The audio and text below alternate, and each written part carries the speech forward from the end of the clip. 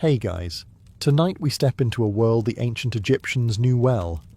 A land where the Nile didn't just bring life, but also things that could absolutely ruin your day. So before you get comfortable, take a moment to like the video and subscribe. But only if you genuinely enjoy wandering through history with me. And let me know in the comments where you're tuning in from and what time it is for you. It's always fascinating to see how far these stories travel.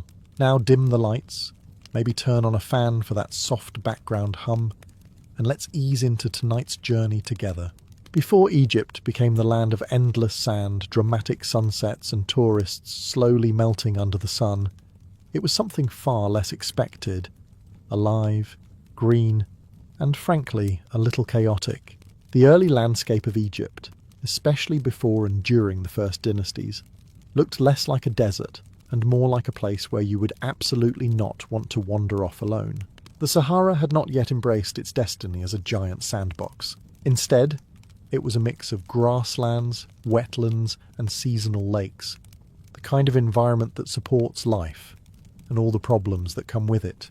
Rainfall was more generous, the Nile flooded with reliable enthusiasm, and the surrounding land supported a wide range of animals, not small polite animals, large ones, the kind that make eye contact with you and you immediately reconsider your life choices. To the people living there, this wasn't some rare golden age. This was just Tuesday. Herds moved across open plains that are now completely empty, aside from the occasional confused lizard wondering where everything went. The Nile wasn't a lonely ribbon of water cutting through silence. It was the centre of a busy, noisy ecosystem, filled with movement, sound, and the constant reminder that you were not at the top of the food chain. And this is where things get interesting, because where there is water, there are animals. And where there are animals, there are other animals that specialise in eating those animals. And sometimes, when schedules align, they also eat you. The early Egyptians didn't observe nature from a safe distance. There were no documentaries, no slow-motion shots, no reassuring narrator explaining that everything would be fine. There was just direct, ongoing interaction with a world that did not particularly care whether you survived the day. You fetch water, something might be watching you. You walk through tall grass, something is definitely watching you. You hear nothing at all, that's worse. And yet this was normal life. No one was standing around saying, I think this ecosystem might collapse in a few thousand years. They were too busy not being trampled, bitten, or generally inconvenienced by wildlife. But slowly, very slowly, things began to change. The rains became less reliable. The lakes started shrinking. The green land pulled back inch by inch, like it had somewhere else to be. Animals began to move away, following water that no longer stayed put. Predators followed them, because that's how this works. Nobody sticks around when the food leaves. What remained was the Nile, still flowing, still dependable, but now surrounded by a landscape that was becoming harsher, drier, and significantly less welcoming. The Egypt we imagine today didn't appear overnight. It arrived gradually as the last traces of that earlier world faded away. One animal leaves, then another, and eventually all that's left is sand. And a very long list of things that used to live there, which, as it turns out, is exactly what we're about to explore. There was a time when the idea of elephants in Egypt was not strange, exotic, or the result of a very confused caravan. They were simply there. Long before the desert tightened its grip, elephants roamed parts of northern Africa that are now completely inhospitable. They moved along the Nile and across nearby grasslands, feeding, travelling, and doing what elephants do best, quietly reminding everything else that size is a perfectly valid survival strategy. To the early Egyptians, this was not a spectacle, it was part of the environment. Imagine going to collect water and seeing a herd of elephants in the distance. Not a once-in-a-lifetime event. Just something you'd mention casually later, like bad weather. Oh, the river's a bit crowded today. Elephants again. These weren't the slightly romanticised creatures we think of now, peacefully walking under golden sunsets. They were massive, unpredictable, and entirely capable of turning a calm day into a historical incident. And yet, they existed alongside human settlements, sharing the same water sources, the same land, and occasionally the same level of mutual suspicion. Over time, elephants began to appear in Egyptian art and artifacts, though often in a more symbolic or distant way. By the time Egyptian civilization reached its more recognizable form, elephants were already becoming less common in the region, not because they suddenly lost interest, but because the environment was changing. The rains weakened, the vegetation thinned, water sources became less reliable, and elephants, being many things but not foolish, started to move south, following the resources they needed to survive. It wasn't a dramatic disappearance, no sudden vanishing, just a slow, steady retreat. One generation sees them often, the next sees them occasionally, the next hears stories about them, and eventually they're gone. Humans, of course, helped accelerate this process. Hunting played its part, as it tends to do whenever humans discover large animals with valuable resources attached to them. Ivory alone made elephants a target, and as their numbers declined, their presence in Egypt became less of a reality and more of a memory. What remains today are traces, carvings, references, and the occasional piece of evidence that suggests quite clearly that elephants once walked where now there is only heat and silence.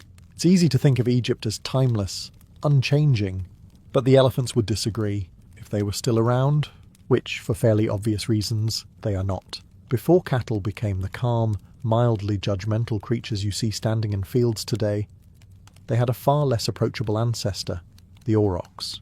And yes, the ancient Egyptians knew them well. These were not your average farm animals. Aurochs were enormous, muscular, and equipped with horns so large and elegantly curved that they looked less like livestock, and more like something designed by a sculptor with anger issues. Standing taller than a human, and built like a creature that had never lost an argument, they moved in herds across the greener landscapes of early Egypt.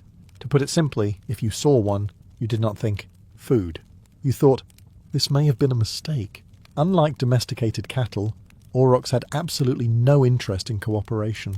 They were fast, aggressive when threatened, and deeply unimpressed by human attempts at control, which made early encounters between humans and aurochs less of a farming opportunity and more of a negotiation with very high stakes. And by negotiation we mean, don't get too close. The Egyptians, however, were not the type to simply avoid a challenge. Hunting scenes depicted in early art show humans confronting large wild cattle, often in organized groups, using spears and coordinated tactics. This wasn't casual hunting. This was a carefully planned effort to take down an animal that could easily turn the situation around if given the chance. One wrong move and the hunter becomes a historical footnote. Over time, humans began domesticating smaller, more manageable cattle species, animals that didn't immediately interpret human presence as a personal insult. These domesticated breeds gradually replaced their wild relatives in daily life, providing meat, labour, and a much lower chance of being chased across a field. The aurochs, meanwhile, began their slow decline. Part of this was environmental. As Egypt dried, the vast grasslands that supported large herds began to shrink. Food became less abundant, territories more limited, and survival more difficult. But the bigger problem, as usual, was humans. Hunting pressure increased, habitat decreased, and the aurochs, despite their size and strength, could not outpace both at the same time. They didn't disappear overnight. Like many of the animals on this list, their presence faded gradually. Fewer sightings. Smaller herds, then none. Eventually, the aurochs went completely extinct, not just in Egypt, but everywhere. The last known individual died in Europe in the 17th century, which is both surprisingly recent and slightly embarrassing for humanity. Today, all that remains are bones, depictions, and the modern cattle that carry a distant echo of what they once were. A calmer version, a smaller version, a version that no longer has the option to charge you. If you imagine the Nile as a calm, reflective river where people quietly collect water while birds chirp in the background, you are thinking of a version heavily edited for tourism. The ancient Nile was different. It had hippos, not the soft, cartoonish kind that look like they should be wearing a bow tie and offering tea. Real hippos, large, territorial, and deeply committed to violence as a lifestyle choice. To the ancient Egyptians, hippos were not rare. They were everywhere along the Nile and its marshes, especially in earlier periods when water levels were higher and vegetation was abundant. Farmers, fishermen, and basically anyone who needed access to the river had to share space with an animal that could overturn boats, destroy crops, and end your day with alarming efficiency, which it occasionally did. Hippos were responsible for real damage. They trampled fields, devoured vegetation, and disrupted irrigation, which, in a civilization that depended entirely on agriculture, was less of an inconvenience and more of a serious problem. Imagine spending months growing crops only for a large aquatic tank to walk in at night and eat everything like it owns the place. Because from its perspective, it does. Naturally, the Egyptians hunted them, not casually, and definitely not alone. Hunting hippos required coordination, planning, and a healthy acceptance that things could go wrong very quickly. Tomb paintings show groups of men in boats, armed with spears, attempting to bring down these animals in the water, which, strategically speaking, is where the hippo has a slight advantage. Despite the risks, hippo hunting became both a necessity and a symbol. Pharaohs were often depicted participating in these hunts, presenting themselves as protectors of order, defeating chaos, which in this case happened to weigh several tons and bite through wood. There was also a deeper layer of meaning. The hippo became associated with disorder and destruction in Egyptian belief, sometimes linked to the god Set, a figure representing chaos and conflict. Killing a hippo wasn't just practical, it was symbolic. You weren't just saving your crops, you were restoring balance to the universe. No pressure. Over time, however, hippos began to disappear from Egypt. As the climate dried and the Nile's ecosystem changed, their habitats shrank. Increased human activity, hunting, and expanding agriculture pushed them further south, away from the increasingly crowded riverbanks. Eventually, they vanished from Egypt entirely. Today, hippos still exist, just not there. They remain one of the most dangerous animals in Africa, which is both impressive and slightly reassuring, because at least some things haven't changed. But in ancient Egypt, they weren't something you saw on a documentary. They were something you tried not to see at all. Before lions became decorative statues outside hotels and mildly intimidating logos, they were very real residents of ancient Egypt, and they had no interest in symbolism. They lived along the Nile Valley and in the surrounding regions, especially during earlier, greener periods. These were not occasional visitors wandering in from somewhere else. They were part of the ecosystem, moving through the same landscapes as humans, watching the same herds, and occasionally making decisions that were extremely inconvenient for anyone nearby. To the Egyptians, lions were both familiar and deeply respected, which is a polite way of saying they understood exactly what lions were capable of. Unlike hippos, which attacked out of territorial irritation, lions operated with a different kind of logic. They hunted, they observed, they chose their moments, and while humans were not their preferred prey, they were certainly an option on a bad day. Naturally, this made lions powerful symbols. They became associated with strength, kingship, and divine authority.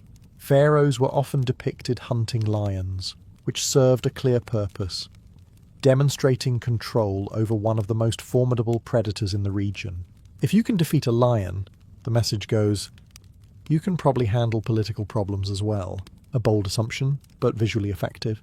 Some rulers even kept lions in captivity, which sounds impressive, until you remember that keeping a lion nearby is essentially committing to a long-term arrangement with something that could end that arrangement at any time. Still, the symbolism stuck. Lion imagery appeared in statues, carvings, and protective figures. The famous Sphinx, with its lion's body, reflects this connection, combining human intelligence with animal power, which in theory sounds reassuring. In practice, it suggests you now have twice the problem. But like many animals on this list, lions did not remain in Egypt forever. As the climate changed and the environment became drier, their natural habitat began to shrink. Prey animals became less abundant, and human populations expanded, pushing lions further away from the Nile and into less populated regions. And then came hunting. Lions were not just feared, they were actively pursued, for sport, for protection, and for royal prestige. Over time, this pressure reduced their numbers significantly. The lions that once roamed Egypt were likely part of what we now call the Barbary lion, a subspecies that is now extinct in the wild. By the time later historical records appear, lions had already become rare in Egypt. Then they disappeared entirely. Today, lions still exist, but not there. The Nile no longer echoes with their presence. No tracks, no roars, no quiet movement through tall grass that no longer grows. Only statues remain, which, to be fair, are significantly easier to deal with. If lions represented power and hippos represented chaos, crocodiles represented something far more unsettling: patience. The Nile crocodile was one of the most constant presences in ancient Egypt. While other animals came and went as the climate shifted, crocodiles remained, adapting quietly, watching from the water with the kind of stillness that suggests something unpleasant is about to happen. And usually it was. To the Egyptians, crocodiles were not just dangerous, they were unavoidable.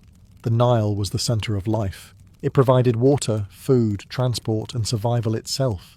Unfortunately, it also provided crocodiles with a convenient buffet system. Fetching water? Risky. Fishing? Also risky. Existing near the river? You see the pattern. Crocodiles didn't chase. They waited, and when they acted, it was fast, efficient, and final. There was no dramatic warning, no opportunity for heroic last stands. Just a sudden disappearance and a very clear lesson for anyone watching. Naturally, the Egyptians responded to this in the most human way possible. They turned the crocodile into a god, rather than attempting to eliminate them entirely, which would have been difficult, dangerous, and probably unsuccessful. They incorporated them into their belief system. The crocodile became associated with the god Sobek, a deity linked to the Nile, fertility, and military strength. Because nothing says protection quite like worshipping the thing that might eat you. Temples were built in Sobek's honour, particularly in places like the Fayum region, where crocodiles were especially common. Some crocodiles were even kept in temple pools, fed, adorned with jewellery, and treated with a level of respect that must have been deeply confusing to everyone involved. Imagine being a priest whose daily responsibilities include feeding a crocodile and hoping it continues to respect the arrangement. When these sacred crocodiles died, they were mummified, carefully preserved, wrapped, and placed in tombs, just like humans. Thousands of crocodile mummies have been found, which suggests that this practice was not a one-time experiment that went poorly. It was policy. Of course, not all crocodiles were treated so kindly. Wild crocodiles were still hunted when necessary, especially if they posed a direct threat to communities. So while some lived in temples, others were very much part of the ongoing struggle between humans and nature. Over time, crocodiles became less common in certain parts of Egypt. Changes in the Nile's flow, increased human activity, and habitat loss pushed them further south. Today, they are no longer found in most of Egypt, surviving instead in regions where human presence is less overwhelming. But for thousands of years they were there, silent, patient, and entirely unimpressed by human plans. And unlike lions or elephants, they didn't retreat quickly. They stayed, watching. Giraffes are not the first animal that comes to mind when you think of ancient Egypt. Pyramids? Yes. Mummies? Of course. A giraffe casually walking past the Nile? That feels like someone edited the timeline incorrectly. And yet the Egyptians knew giraffes. They appear in art, in tribute scenes, and in records of exotic animals brought from the south, particularly from regions like Nubia. Unlike lions or hippos, giraffes were not permanent residents of Egypt. They were more like occasional visitors, arriving, being admired, and then, quite sensibly, leaving again, which, in hindsight, was probably the smartest decision any animal made in this entire timeline. Giraffes were valued not for their danger, but for their rarity, their height, their unusual shape, and their calm, almost indifferent demeanour made them stand out in a world already full of strange creatures. To the Egyptians, they were something between curiosity and prestige, the kind of animal you would bring as a gift to a pharaoh if you wanted to make a very strong impression. Here is a tall animal. Why is it this tall? No one knows. It just is. Despite their exotic status, giraffes were not completely unknown to the Egyptian environment during earlier, greener periods. In times when the Sahara supported more vegetation, it is likely that giraffes ranged closer to Egypt than they do today, moving through connected habitats that no longer exist. But as the climate changed and the land became drier, these pathways disappeared. The grasslands shrank, the trees thinned. The environment that could support giraffes, animals that require large amounts of vegetation and space, simply stopped being available. And giraffes, being both tall and surprisingly reasonable, did not attempt to adapt to a desert lifestyle. They moved south, not dramatically, not all at once, just gradually, following the food and water that were no longer present in Egypt. Humans, of course, played their part as well. Hunting and capture reduced their numbers in the region, especially when they were seen as valuable gifts or symbols of status. But unlike some other animals, giraffes were not driven to extinction. They simply left. Today, giraffes still exist, but far from Egypt. Their presence in ancient Egyptian art now feels almost surreal. A reminder that the world those artists lived in was very different from the one we imagine, a world where, apparently, even the most unlikely animals could show up. Take a look around, and then quietly decide it might be best to move on. If there is one animal that consistently makes humans pause and think, "This feels like a mistake," it's the hyena. And yet, the ancient Egyptians looked at this creature, part scavenger, part predator, full-time unsettling, and decided, at least for a while, to experiment with it. Hyenas lived across Egypt, especially during earlier periods when the environment supported a wider range of wildlife. They roamed the edges of human settlements, feeding on carcasses, hunting when necessary, and producing that distinctive echoing laugh that sounds less like joy and more like something deeply wrong with the universe. To most people, this would be enough to establish a respectful distance. The Egyptians, however, were curious. Evidence from tomb paintings and archaeological finds suggests that hyenas were not only hunted, but in some cases captured and kept. Yes, someone looked at a hyena, a creature known for crushing bones and making noises that belong in a nightmare, and thought, we could probably manage this. For a brief period they even attempted to tame them. The idea seems to have been practical. Hyenas are strong, adaptable, and capable of consuming almost anything. In theory, they could be useful, perhaps for meat, perhaps for pest control, perhaps simply because someone in authority insisted it was a good idea and no one wanted to argue. In practice, it did not become a long-term success. Hyenas are not easily domesticated. Unlike dogs, which evolved alongside humans and developed an almost suspicious willingness to cooperate, hyenas maintained their independence, their instincts, and their general disinterest in following instructions, which, considering their personality, is probably for the best. Over time, the attempt to integrate hyenas into human life faded. They remained present in the landscape, but more as wild animals than managed ones. They continued to scavenge, hunt, and exist just outside the boundaries of human control. A constant reminder that not everything can be turned into a useful companion. As Egypt's environment changed, hyenas, like many other animals, began to retreat. The drying climate reduced their habitat. Human expansion pushed them further away, and gradually their presence in Egypt diminished, until they became rare and then absent. Today, hyenas still exist in parts of Africa, continuing their long tradition of surviving in environments that most creatures would rather avoid. But in ancient Egypt, for a brief and questionable moment, they were something more than distant shadows in the night. They were an idea, one that humanity wisely decided not to pursue further. Before the humble donkey became humanity's most patient co-worker, quietly carrying loads, enduring bad decisions and asking for very little in return, there was its ancestor, the African wild ass.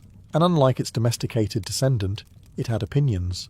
These animals roamed the deserts and semi-arid regions of ancient Egypt and the surrounding lands. Tough, fast, and impressively stubborn, they were perfectly adapted to survive in harsh conditions. Sparse vegetation, limited water, extreme heat, none of this particularly bothered them. Humans, on the other hand, did. To early Egyptians, wild asses were both useful and deeply frustrating. On paper, they were ideal candidates for domestication. Strong, resilient, and capable of carrying loads across difficult terrain. In reality, they were independent, alert, and not especially interested in being told what to do, which, if you've ever interacted with a donkey, will sound familiar. Hunting scenes and early records suggest that Egyptians captured and managed these animals, gradually domesticating them over time. But this was not a quick or smooth process. Unlike cattle or sheep, which could be herded with relative ease, wild asses required patience, and likely a significant amount of trial and error. Mostly error. They were fast enough to escape when threatened, strong enough to resist control, and intelligent enough to remember unpleasant experiences. In other words, they were not eager participants in the development of early transportation systems. But humans are persistent. Over generations, selective breeding and consistent human pressure began to produce more manageable animals. The wild ass slowly transformed into the domesticated donkey, a creature that retained its endurance and strength, but developed a greater tolerance for human presence. A reluctant partnership was formed. Meanwhile, the wild populations began to decline. As domestication spread, fewer wild individuals remained. Habitat loss played its part as well. The changing climate reduced available grazing areas, and expanding human settlements pushed wild herds into increasingly limited spaces. Eventually, the African wild ass disappeared from Egypt entirely. Today, it survives only in small endangered populations in parts of East Africa, a quiet reminder of what once existed in much larger numbers, and what was gradually reshaped by human needs. The donkey, however, remains, still working, still carrying, still occasionally stopping for no clear reason and refusing to move, a behaviour often described as stubbornness. But considering its history, it might be something closer to quiet resistance, a faint echo of a time when it didn't have to listen to anyone at all. There was a time when the Egyptian landscape did not feel empty. It moved. Across the plains and along the Nile's edges, herds of antelope once stretched far enough to blur into the horizon, elegant, fast, and, unfortunately for them, very easy to turn into dinner. To the ancient Egyptians, antelope were not rare sightings. They were part of daily life. Species like gazelles, oryx, and addax roamed in large numbers, feeding on the vegetation that covered regions now reduced to dust and memory. These animals were perfectly adapted to the environment at the time, built for speed, endurance, and survival in open landscapes, where seeing danger early was the only reliable strategy. And there was plenty of danger. Predators hunted them, humans hunted them, and unlike some of the more intimidating creatures we've already met, antelope had very little to negotiate with except speed and awareness. No armour, no massive size, no deeply unsettling bite force, just the ability to run, which to be fair they did very well. Egyptian tomb paintings often depict antelope hunts, showing organised groups of hunters driving herds into traps or pursuing them with bows and spears. These weren't random encounters. They were planned, coordinated efforts, because even a fast animal becomes predictable when it moves with a herd. And humans have always been very good at turning predictability into opportunity. Antelope were valuable. Their meat provided food. Their hides could be used for clothing and tools, and their presence supported the broader ecosystem that Egyptian life depended on. In many ways, they were part of the foundation, a quiet, moving resource that kept things going without drawing too much attention to itself, which is usually how things end. As the climate began to shift, the vegetation that supported these herds started to disappear. Grasslands shrank. Water sources became less reliable. The wide open spaces that once allowed large herds to move freely became fragmented and harsh. And then there was human pressure. Hunting continued. Settlements expanded. Agricultural land replaced natural habitat. The balance that had once allowed these animals to thrive began to break. Gradually, the herds grew smaller. Fewer animals on the horizon. Fewer tracks in the dust. Fewer chances to see something moving where now there is nothing. Some species vanished from Egypt entirely. Others survived in distant regions far from the Nile, in environments that still resembled what Egypt once was. Today, when you look out across the desert, it feels still, empty, unchanging. But that stillness is misleading, because once it wasn't still at all. It was full of motion, thousands of hooves, moving together, disappearing into a world that no longer exists. Before luxury clothing brands existed, ancient Egypt had already discovered a timeless principle. If something looks impressive and slightly dangerous, someone will eventually decide to wear it. Enter the leopard. Leopards once roamed parts of Egypt, especially along the Nile Valley and in surrounding regions where vegetation still provided cover and prey. Unlike lions, which preferred open terrain and dramatic entrances, leopards were quieter. They moved alone, avoided attention, and were extremely good at not being seen until it was far too late to matter. To the Egyptians, this made them both fascinating and useful, which is rarely a good combination for the animal involved. Leopards appeared in Egyptian art, but more importantly, they appeared on people. Their skins became symbols of power, status, and religious authority. Priests, especially those associated with funerary rituals, were often depicted wearing leopard skins draped over their shoulders. It was meant to represent control over chaos, mastery over nature, and possibly a very strong sense of fashion confidence, because nothing says spiritual authority like wearing something that could have killed you. The leopard skin became more than decoration. It carried meaning. It suggested that the wearer had dominance over the natural world, that they stood above ordinary life, and that they could navigate both the physical and spiritual realms. Which is a very elegant way of saying, this used to be a leopard. Naturally, this demand had consequences. Leopards were hunted, not just occasionally but consistently. Their value as symbols made them desirable, and their solitary nature made them vulnerable. Unlike herd animals, which could at least rely on numbers, leopards had only their stealth, and stealth becomes less effective when humans actively go looking for you. At the same time, the environment was changing. As Egypt became drier, the dense vegetation that leopards relied on began to disappear. Open land replaced cover. Prey became less abundant, and the spaces where leopards could exist without constant human interference grew smaller.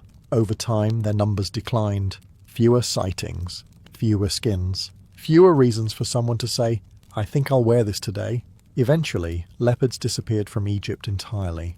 Today, they still exist in parts of Africa, but far from the Nile. Their presence in ancient Egyptian imagery now feels distant, almost symbolic, which is fitting, considering that's exactly how they were used. But once they were real, moving silently through landscapes that no longer exist, unseen, right up until they weren't. If you were an ibis in ancient Egypt, life was complicated. On one hand, you were sacred, associated with the god Thoth. The ibis was linked to writing, knowledge, and divine intelligence. Not a bad resume for a bird that spends most of its time wading through water looking for food. On the other hand, being sacred did not mean being left alone. Quite the opposite. The sacred ibis was everywhere along the Nile in earlier times. These long-legged, curved-beak birds thrived in wetlands and marshes, feeding on small creatures and moving in large flocks that would have been a common sight to anyone living near the river. They were part of the rhythm of daily life. Quiet, persistent, and for the most part, harmless. Then religion got involved. Because the ibis was associated with Thoth, it became an object of devotion. And in ancient Egypt, devotion often took a very specific form. Mummification. Not just a few ibises, not a symbolic number. Millions. Temples dedicated to Thoth began breeding ibises specifically for religious offerings. Pilgrims would visit, purchase an ibis, already dead or about to be, and offer it to the god in hopes of gaining favour, wisdom, or at the very least, a slightly better outcome in whatever problem they were dealing with. The ibises were then carefully mummified, wrapped and stored in vast underground catacombs. Entire chambers filled with bird mummies, stacked in layers, each one representing a prayer, a request, or a quiet attempt to negotiate with the divine.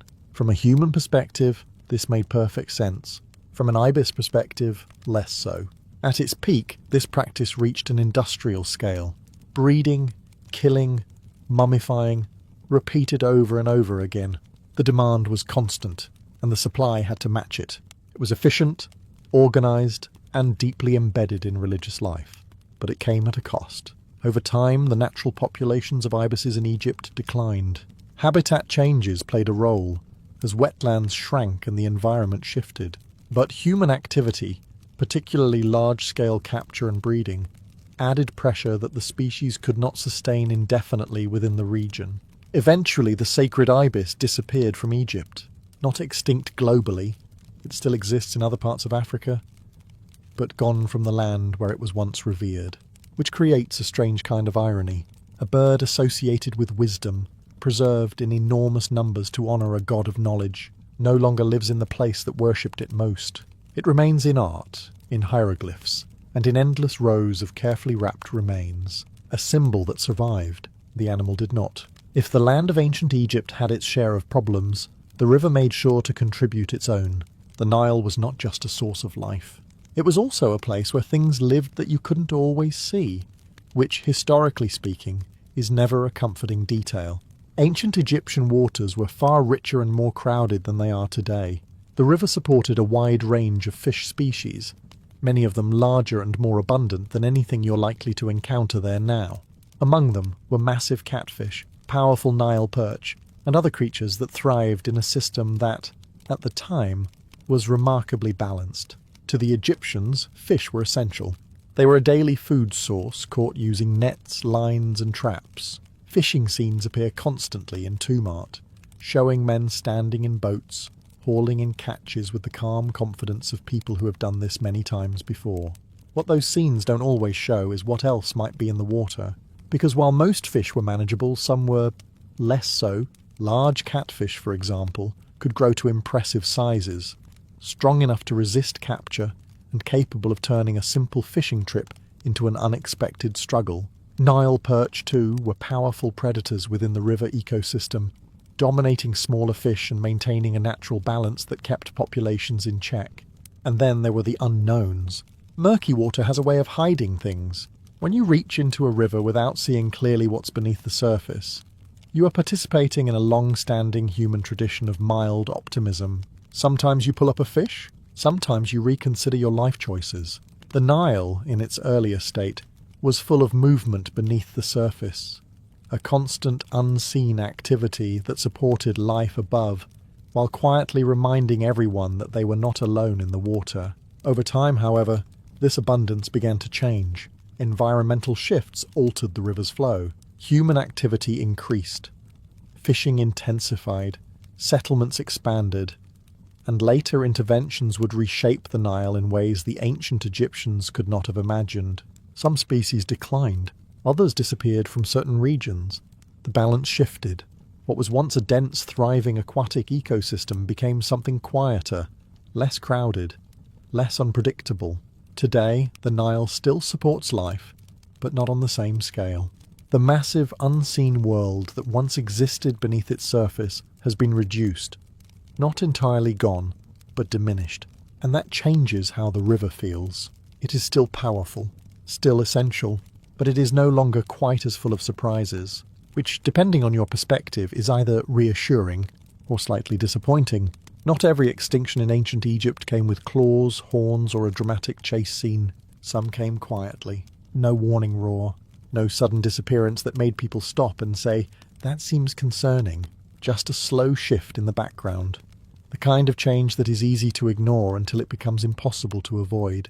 The real force behind many of these vanished animals was climate. At the end of the last ice age, North Africa began to dry. What had once been a patchwork of grasslands, lakes, and wetlands slowly transformed. Rainfall decreased. Seasonal waters failed to return. Vegetation thinned out, not all at once, but gradually, enough that each generation noticed less, not everything. To the people living through it, it didn't feel like a collapse. It felt like adjustment. A lake that used to last longer now dries earlier. A grazing field doesn't grow back as fully as before. A herd that once passed through every year becomes less frequent, then occasional, then absent. And because nothing dramatic announces it, life continues. Animals, however, notice faster. Large species that depended on wide grazing lands began to move. Elephants shifted south, following water and vegetation. Giraffes disappeared from regions that could no longer support them. Antelope herds shrank as food sources became unreliable. Predators followed, because survival tends to be very direct. No food, no reason to stay. Humans adapted differently. Instead of moving entirely, they concentrated around what remained dependable: the Nile.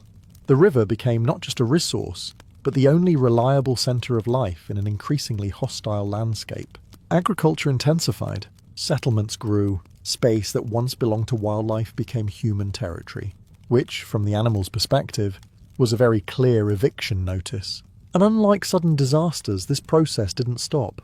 Each year slightly drier than the last. Each season slightly harsher. each generation growing up in a world just a bit smaller than the one before. Eventually the balance broke. Species that could not adapt disappeared from Egypt entirely. Others survived elsewhere, in environments that still resembled what Egypt once was. And some, like the aurochs, vanished from the world altogether. What makes this different from the usual idea of extinction is the pace. There was no single moment where everything changed. Just time doing what it does best, reshaping the world without asking permission. And when it was finished, Egypt was still there. The Nile still flowed. But the living world that once surrounded it was gone. By the time we arrive at the Egypt most people recognize, pyramids standing in quiet defiance, temples carved in stone, the Nile flowing through a landscape that feels almost eternal. Something important has already happened. The animals are gone, not all at once, not dramatically, no final gathering, no grand exit, just a slow, uneven disappearance. One species fades, another follows, and eventually, the land that once moved with life becomes something still, something silent, something we now describe as timeless, which is a polite way of saying nothing much is happening anymore.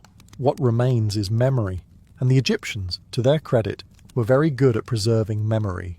They carved animals into temple walls, painted them into tombs, wove them into their mythology and symbolism. Lions became guardians. Ibises became divine messengers. Crocodiles became gods. Even creatures that had already begun to disappear were recorded with a level of detail that suggests they were not yet entirely gone from experience, just slipping out of reach. It's a strange moment to imagine. An artist painting a lion that still exists, but not as often. A hunter describing an animal his father saw regularly, but he rarely does. A priest wrapping the remains of a bird that used to fill the sky, now bred in controlled numbers just to keep the ritual alive. This is how worlds end. Not with a sudden collapse, but with a gradual shift from presence to representation. Real animals become symbols. Symbols become stories. Stories become history. And eventually, history becomes something we try to reconstruct, piece by piece, wondering how it all fit together. Today, when you stand in Egypt, you see a landscape that feels permanent. The desert stretches out endlessly. The monuments stand unmoved. The Nile flows as it always has, but that stillness is deceptive, because underneath it lies the memory of movement, of herds crossing open land, of predators watching from a distance, of birds filling the air and fish filling the river. A world that was once loud, crowded, and very much alive. The Egyptians didn't think they were living at the end of something. They thought they were living in the center of it, and in a way they were. They just didn't know that the world around them was slowly, quietly, and very patiently leaving. The Celtic year does not begin with blooming flowers or cheerful sunlight. That would be far too optimistic. Instead, it begins in the quiet collapse of the world at the festival of Samhain, a moment when the last harvest is pulled from the soil and the land prepares to slip into darkness. Fields that once fed entire communities now sit stripped and exposed, their usefulness temporarily exhausted. Livestock are brought closer to home, and not all of them will survive the winter. Decisions are made with a cold practicality that leaves little room for sentiment. This is not cruelty. It is survival, sharpened by generations who understood that winter is less a season and more a test. As night falls on Samhain, something shifts. The Celts believed this was the moment when the boundary between the living and the dead weakened, not vanished entirely, just thinned enough to make things complicated. Spirits, ancestors, and less clearly defined presences were thought to move more freely, slipping into the world of the living with unsettling ease. Whether they came to guide, to warn, or simply to wander uninvited was anyone's guess. To manage this annual inconvenience, fires were lit. Large communal bonfires meant to protect and purify. These were not decorative. They were functional defences against whatever might be drifting too close. People would extinguish their household flames and relight them from these sacred fires, carrying a piece of communal protection back into their homes. It was practical, symbolic, and slightly nerve-wracking considering the alternative. Offerings were left out as well. Food, drink, small tokens. gestures of respect or appeasement, depending on how cautious one felt. You didn't necessarily need to believe in wandering spirits to participate. It was enough to acknowledge that just in case they were real, offending them would be a remarkably poor strategy. And so the year turned, not with celebration, but with awareness. Samhain was not about welcoming the new, it was about surviving the transition. A quiet agreement between the living and whatever lingered beyond sight. Both sides acknowledging that, for one night at least, the distance between them was no longer guaranteed. If Samhain marked the moment the veil thinned, then fire was humanity's rather desperate attempt to negotiate terms. The Celts, practical to the core, did not simply sit indoors hoping the spirits would behave themselves. They gathered, they burned things, and they did so with remarkable enthusiasm. At the centre of these gatherings stood the sacred bonfires, carefully prepared, deliberately lit, and impossible to ignore. Druids, the intellectual and spiritual backbone of Celtic society, oversaw these rituals. They were not just philosophers wandering through forests contemplating existence. On nights like this, they were organisers, officiants, and, effectively, the only people in the room who seemed to know what was going on. The fires themselves were built from specific woods, often oak, a tree held in high regard for its strength and endurance. Nothing about this was random. Every branch, every spark carried meaning.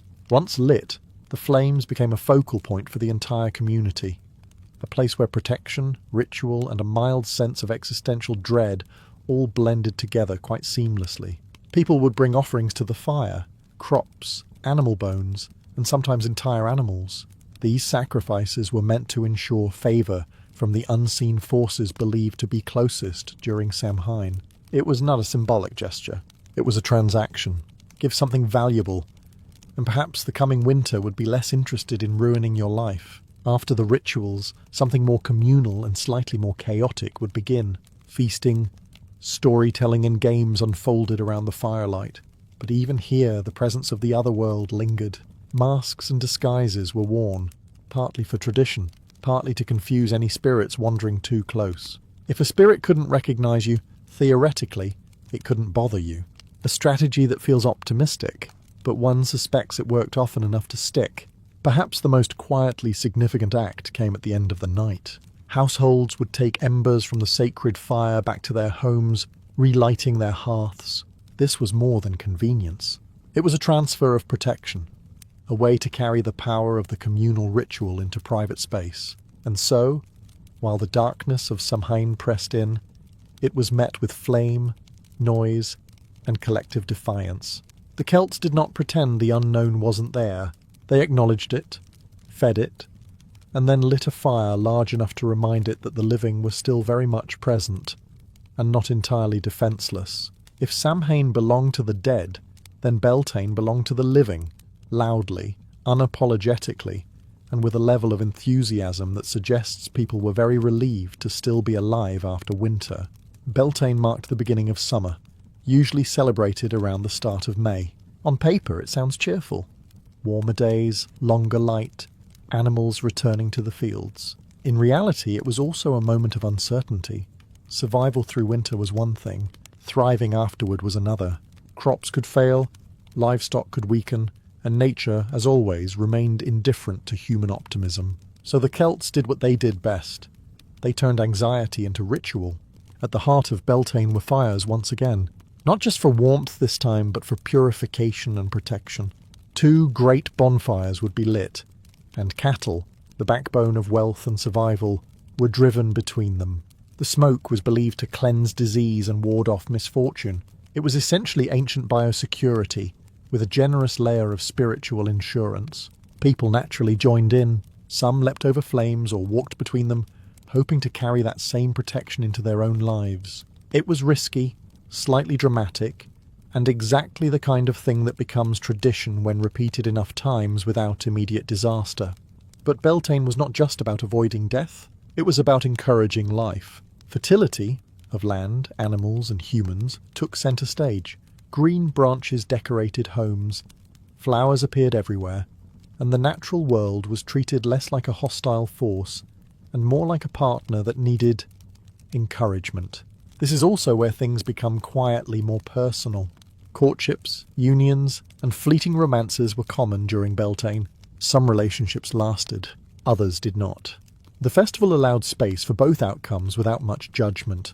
In a world where survival was never guaranteed, long-term planning occasionally took a backseat to immediate experience. Unlike the tense stillness of Samhain, Beltane carried movement, laughter, music, and a sense that life, for now, had the upper hand. Yet beneath it all lingered the same understanding. Nothing was permanent. Not winter, not summer, not safety, and so Beltane burned brightly, not just to celebrate life, but to reinforce it, to push it forward, as if sheer human effort might convince the world to remain generous just a little longer. If Beltane was about persuading life to return, then Lughnasadh was about checking whether that persuasion had actually worked, or whether nature had quietly ignored everyone again. Celebrated at the beginning of August, Lughnasadh marked the first harvest. Not the grand, final gathering of everything edible, but the first real proof that the land had produced something worth the effort. Grain was cut, bread was baked, and for a brief moment, people could look at their work and think, fine, we might not starve this year. The festival is traditionally associated with the god Lugh, a figure known for skill, mastery, and the kind of competence that would be extremely useful in a world constantly trying to kill you. According to tradition, Lughnasadh was held in honour of his foster mother, Tailtiu, who died after clearing land for agriculture, which, in typical fashion, means the festival celebrating abundance is also rooted in exhaustion and death. Balance, apparently, was very important. Communities gathered not just to harvest, but to compete. Games, contests, and trials of strength were held, partly to honour Lu, partly because people have always enjoyed proving they are slightly better than their neighbours. These competitions ranged from athletics to craftsmanship, turning the festival into something between a religious observance and a very early version of organised sport. Trade fairs also played a major role. Lughnasadh was one of the few times when scattered communities came together in large numbers, exchanging goods, stories, and, inevitably, gossip. Agreements were made, disputes were settled, and for a short while, the world felt connected rather than isolated. There was also a quieter, more symbolic act, the cutting of the first sheaf of grain. This was not just farming, it was ritual. The act acknowledged that the land had given something back, and that this fragile exchange between humans and nature was still intact. For now. Yet even in this moment of relief, uncertainty lingered.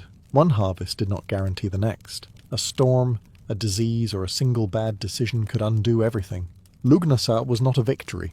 It was a checkpoint, so the Celts celebrated, but carefully. They honoured skill, effort, and the land itself, knowing full well that none of it was guaranteed. Because in their world, success was never permanent. It was simply the absence of disaster, temporarily postponed. If Lughnasadh was cautious optimism, then Mabon was the quiet moment where optimism either held or politely collapsed under the weight of reality.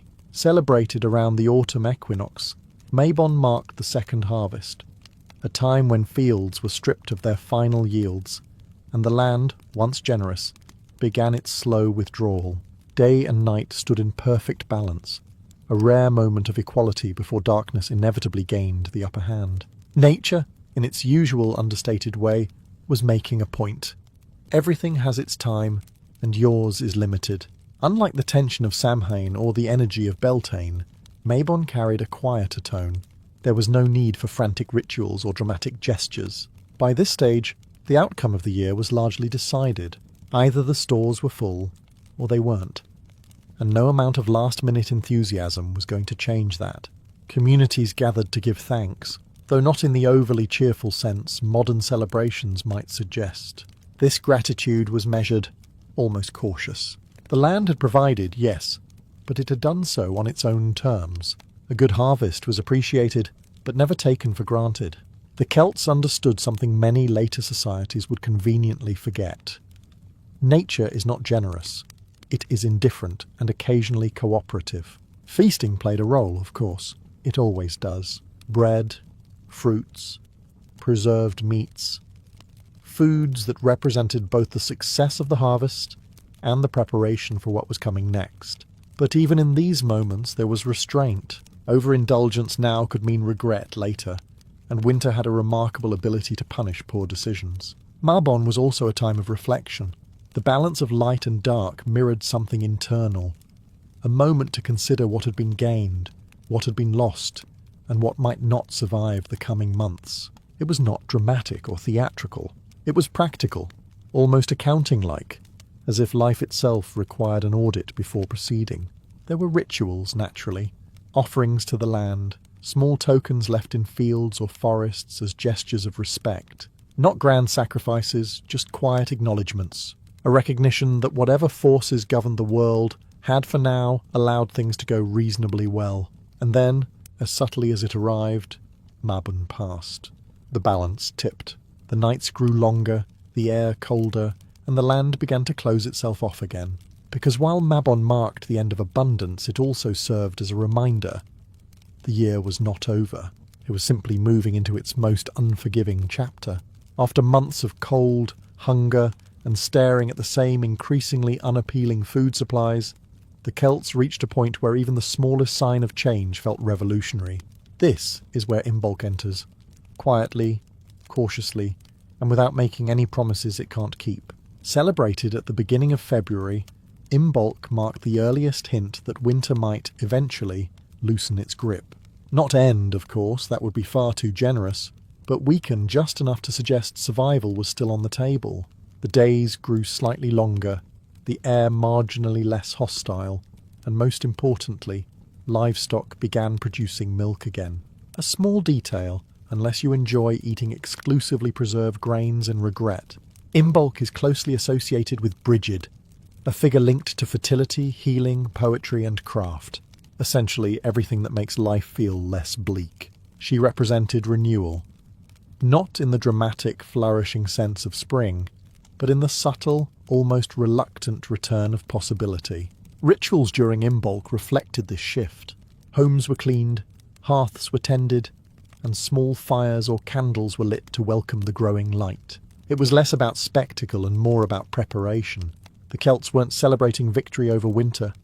They were acknowledging that they had endured long enough to see its cracks. Offerings were made to Brigid, often involving food or simple crafts, left at doorways or windows.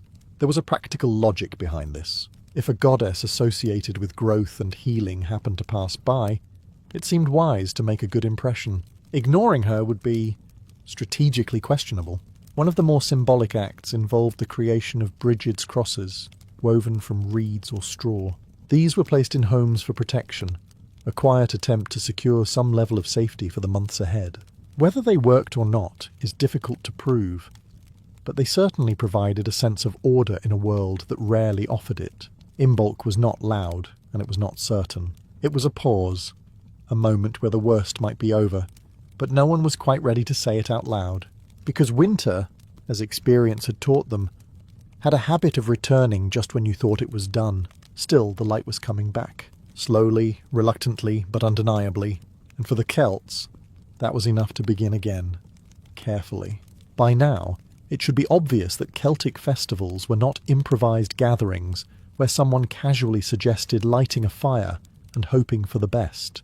Behind this entire system stood a group of individuals whose job was to understand, interpret, and, when necessary, impose order on the chaos of nature, the Druids. Druids were not just religious figures. They were scholars, judges, historians, and most importantly, the keepers of time. In a world without printed calendars or politely scheduled reminders, someone had to determine when exactly the veil between worlds might thin, or when it was appropriate to start driving cattle between fires. Guessing was not encouraged.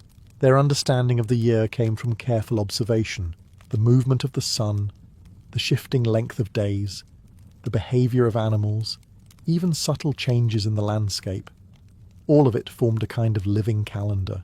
This was not abstract knowledge. It was practical, and occasionally the difference between survival and an unfortunate winter. Festivals like Samhain, Beltane, Lughnasadh and Imbolc were not randomly placed. They marked critical transitions in the agricultural and spiritual year. The Druids ensured these moments were recognised, observed, and, when necessary, approached with the appropriate level of seriousness, which, given the stakes, was usually quite high. Rituals themselves were structured with precision. Fires were lit in specific ways, offerings made according to tradition, and gatherings organised so that the entire community participated. This was not just about belief, it was about cohesion. Festivals brought scattered groups together, reinforcing identity and shared understanding. Without that, survival becomes significantly more complicated. There was also an element of authority. Druids held influence because they understood things others did not, or at least appeared to. Interpreting omens, advising leaders, and guiding rituals gave them a central role in society. Whether one viewed them as wise guides or simply very confident organisers depended largely on personal experience. Importantly, their knowledge was not written down. It was memorised, passed from one generation to the next through long training and repetition. This ensured continuity, but also meant that understanding remained concentrated among a few. An efficient system, provided those few remained competent. Through all of this, the festivals maintained their rhythm, not chaotic celebrations, but carefully timed markers in a year that demanded attention and respect. Because for the Celts, time was not something you measured casually. It was something you managed, very carefully, before it decided to manage you instead. By this point, it should be clear that Celtic festivals were not simply about crops, animals, or seasonal mood swings. Beneath all of it sat a quieter, more unsettling idea. The world was not alone. It merely looked that way most of the time. The Celts believed in what are often called thin places, moments and locations where the boundary between the human world and the other world grew fragile, not gone, not dramatically shattered, just weakened enough to allow movement, influence, and the occasional unwanted interaction. Festivals, especially Samhain, were considered prime opportunities for this overlap. The other world itself was not a neatly organised afterlife. It was a parallel realm, inhabited by spirits, deities, and beings that did not fit comfortably into simple categories. Some were benevolent, others less so, and many seemed to operate on motives that were, at best, difficult to interpret, which is exactly the kind of neighbour you prefer to keep at a respectful distance. During these thin moments, the rules shifted. Time behaved differently. Boundaries blurred. A person might encounter an ancestor, receive a warning, or, if particularly unlucky, attract something with a more persistent interest. Stories of such encounters were not treated as entertainment. They were cautionary accounts, reminders that the unseen world was not passive. This belief shaped behaviour. Offerings were left not just out of respect, but as a form of negotiation. Paths were avoided at certain times. Words were chosen carefully. Even hospitality took on a new dimension, because turning away a stranger might mean offending something that did not appreciate being refused. Locations also mattered. Certain hills, forests, and bodies of water were thought to be closer to the other world. Crossing them at the wrong time could lead to consequences that ranged from mildly disorienting to permanently inconvenient. Naturally, people still crossed them, but with the kind of caution usually reserved for situations where the outcome is unclear and potentially irreversible. Festivals amplified all of this. They did not create the connection between worlds. They revealed it. For a brief period, what was normally hidden became noticeable, and what was distant moved just a little closer. And so, while the fires burned and the feasts continued, there was always an underlying awareness. This was not just a celebration of life. It was a moment of coexistence, temporary, uneasy, and handled with just enough respect to avoid drawing too much attention from whatever might be watching back. After all the fires, offerings, cautious celebrations, and quiet negotiations with unseen forces, the Celtic year arrives at a conclusion that is, rather inconveniently, not a conclusion at all. There is no final victory, no moment where the Celts could sit back, look at the land, and declare everything permanently solved. Instead, what they understood, perhaps better than most, is that life moves in cycles, and cycles, by their very nature, have the audacity to repeat. Each festival, Samhain, Imbolc, Beltane, and Lugnasad, was not an isolated event. They were markers in a continuous loop, each one preparing for the next, each one shaped by what came before. Samhain did not simply end the year, it began it. Imbolc did not promise spring, it hinted at it. Beltane celebrated life, while quietly acknowledging its fragility. Lughnasadh offered relief, but never certainty. This cyclical understanding extended beyond agriculture. It influenced how the Celts viewed life, death, and everything in between. Death was not treated as a final disappearance, but as a transition, one phase in a larger process that would, in some form, return. This did not make loss easier, but it made it understandable, or at least less abrupt. Even time itself was perceived differently. Not as a straight line moving forward with relentless efficiency, but as a wheel, turning, repeating, and occasionally reminding you that whatever you're experiencing has, in some version, happened before. A comforting thought, unless the previous version ended badly. This perspective shaped resilience. When winter came, it was not a surprise. When hardship arrived, it was not interpreted as failure, but as part of a pattern. And when good times appeared, they were appreciated, but never assumed to last. Optimism in this world was cautious. Experience had taught them better. The festivals, then, were not just celebrations. They were anchors, points of recognition in an otherwise unpredictable existence. They provided structure, meaning, and a sense of continuity in a world that rarely offered guarantees. And so the cycle turned, again and again and again, not because anyone insisted on it, but because that is how the world worked. The land would grow quiet, then awaken. The light would fade, then return. The boundary between worlds would thin, then restore itself, until the next time it didn't. And the Celts, standing somewhere in between all of this, learned the only lesson that truly mattered. You do not control the cycle. You endure it. A Union Soldier's Day did not begin with glory, purpose, or even a particularly strong desire to be awake. It began with food, or more precisely, with whatever the army had decided qualified as food that morning. In the sprawling camps of the American Civil War, meals were not designed to inspire. They were designed to prevent men from quietly collapsing during a march. At the centre of this daily arrangement sat three unwavering constants: salt pork, beans, and hardtack. This was not a menu. It was a system, one that repeated itself with such consistency that soldiers could predict their next meal with absolute certainty and dread it in advance. Salt pork was the main source of meat, though fresh would be an ambitious description. It was preserved in heavy salt, packed into barrels, and shipped across long distances with the confidence that it would outlast most things, including morale. Before eating, it often needed soaking or boiling to remove at least some of the salt. Even then, it remained tough, greasy, and aggressively salty, less a meal and more a test of commitment. Beans were the dependable companion to this experience. Usually dried and stored in bulk, they required time, water, and patience to cook properly. Three things not always available in a military camp. When prepared well, they provided protein and some sense of normalcy. When prepared poorly, which was not uncommon, they became something closer to a stubborn inconvenience sitting in a tin cup. And then there was hardtack, officially a type of biscuit, though that word suggests a softness it did not possess. Hardtack was flour, water, and minimal effort, baked into dense, durable squares that could survive months, years, and possibly minor geological events. Soldiers often joked that it could break teeth or double as a construction material. They were not entirely wrong. Despite its reputation, hardtack was essential. It did not spoil easily, it was easy to transport, and it could be softened, eventually, if soaked in water, coffee, or anything remotely liquid. Without it, the entire ration system would have struggled to function. Together, these three formed the daily rhythm of survival. Not satisfying, not varied, but reliable. And in a war where very little else was, reliability, however unappetizing, was enough to keep a man moving. If salt pork tested your patience and beans tested your optimism, then hardtack tested your teeth, your dignity, and occasionally your will to continue eating altogether.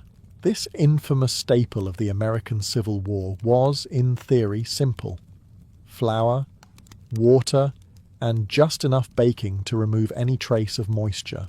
The result was a square biscuit that could survive months in a soldier's pack without spoiling. In practice, it was less a food, and more an object that happened to be edible under certain conditions. Fresh hardtack, if one could even call it that, was already dense and uninviting. But time did it no favours. As weeks turned into months, these biscuits hardened to a level that suggested they might have been designed with defensive purposes in mind. Soldiers joked that they could use hardtack to hammer nails, and while this was technically an exaggeration, it was not by much. Eating it straight was an option, though not a popular one. Most soldiers quickly learned that biting directly into hardtack was a mistake, best made only once. Instead, it was softened, usually by soaking it in coffee, which conveniently doubled as both beverage and survival tool.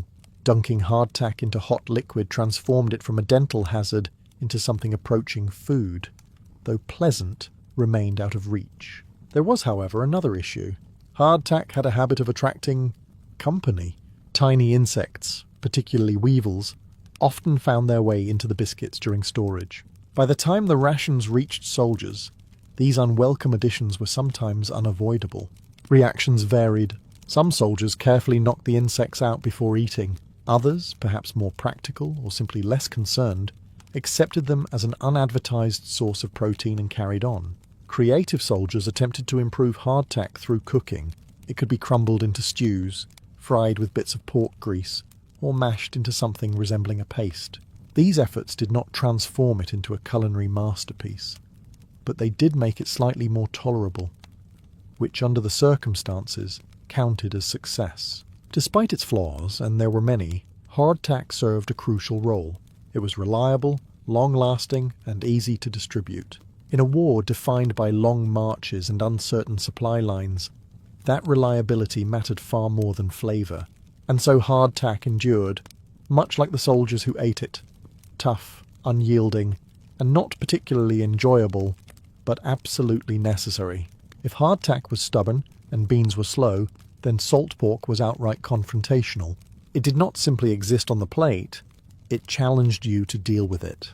And in the camps of the American Civil War, that challenge was unavoidable. Salt pork was the Union Army's primary source of meat, chosen not for taste or texture, but for one simple reason.